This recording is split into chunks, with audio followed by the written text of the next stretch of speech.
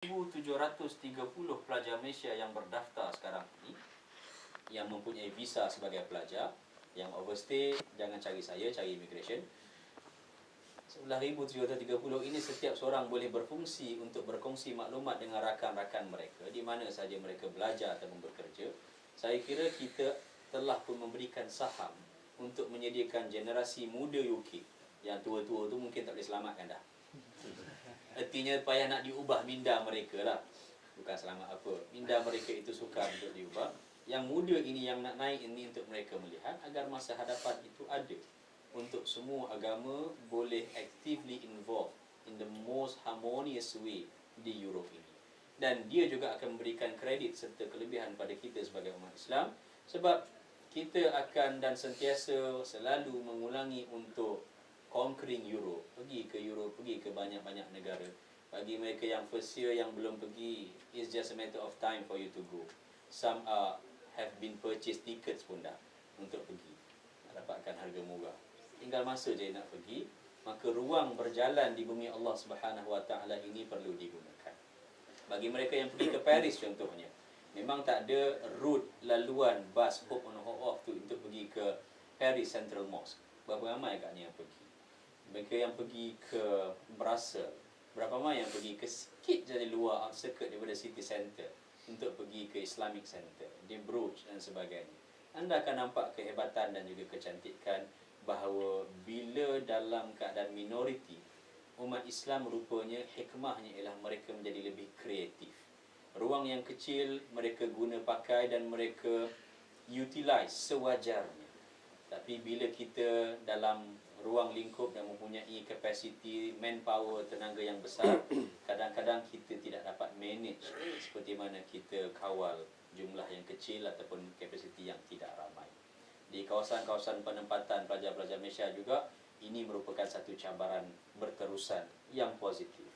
Kalau dalam jumlah yang kecil, kesepakatan itu mudah dapat. Tapi bila berlaku pertambahan ahli dan juga pertambahan pandangan ataupun jumlah itu lebih ramai, maka lebih sukar untuk manage. Mengurus manusia tidak semudah seperti mana kita mengurus alat, instrumen, benda-benda yang lain, kerana sifat manusia itu sendiri dinamik, dia sentiasa berubah, dia tidak statik, tidak jumut, dan yang lebih hebat lagi, manusia tidak pernah puas dengan apa yang dia ada. Itu merupakan antara pandangan saya dengan situasi dan isu yang terkini yang berlaku. Mudah-mudahan ada kebaikan untuk dikongsi bersama. Kalau ada soalan lah. Kalau tak ada, saya bawa masuk murid terus. Bukan saya lah, orang lain masak. Okay, tak ada soalan sebab sejuk kan. Saya pun sejuk ni. Tapi don't complain too much. We are in the middle of winter. Ada ya? Kalau tak ada, saya ada satu pengumuman. Yang pertamanya kepada semua yang telah berkongsi dan juga participate dalam pelaksanaan ibadah kurban baru-baru ini. Adalah 2-3 orang yang saya sempat bagi tahu dan saya tak dapat beritahu pada semua. Yang mana yang tak datang, bagi mereka yang kenal, tolong bagi tahu. Harga yang asalnya bagi kambing, lembu kekal. Kambing yang asalnya £90 dan kita telah kutip £90 seorang seekor. Pada beberapa hari sebelum Hari Raya Aidil Adha, butcher dah maklumkan yang harga itu dapat turun kepada £85. So, technically saya simpan £5 yang ada pada setiap yang bagi £90 itu. Untuk saya ready saja. Kalau tuannya kata tak perlu Ustaz masuk tabung surau, saya akan masuk tabung surau. Tapi bagi mereka yang nak £5 tu, datanglah jumpa saya. We are playing with the gestures, playing with the donation. Yang nak juga £5 tu, datanglah jumpa saya. Saya bagilah £5. Kalau tidak, kita minta halal, masukkan dalam tabung. Ya?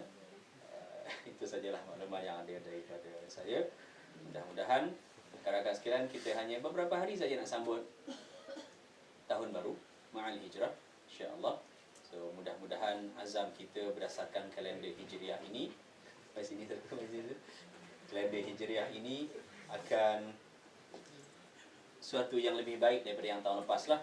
Ini ada seorang tadi, brother kita datang, dia letakkan satu kotak tu, ada Islamic calendar yang diusahakan secara untuk charity keseluruhannya oleh Scouts di Wembley. Harganya £2 bagi mereka yang nak ambil senaskah. £2 bolehlah, dan duit itu akan terus masuk ke charity Scout ni.